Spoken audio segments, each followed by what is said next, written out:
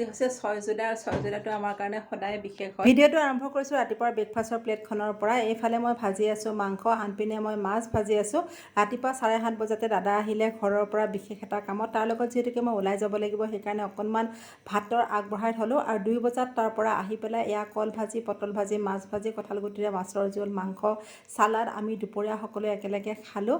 আৰু কি কামত গৈছিলোঁ আপোনালোকক কৈ আছোঁ। আবেলি 4 বজাত এয়া মই বনাই আছোঁ পায়স। যিহেতুকে আজি আমাৰ ঘৰৰ বটবৃক্ষ অৰ্থাৎ মাৰ হৈছে উপজা দিন আৰু 6 জুলাইটো সেইকাৰণে আমাৰ কাৰণে সদায় বিশেষ। আমাৰ জন্মদিনত মায়ে সদায় পায়স বনায়, সেইকাৰণে আজি ময়ো মাৰ কাৰণে পায়স বনালোঁ। তাৰপিছত বনালোঁ এয়া এটা মেংগ' কেক।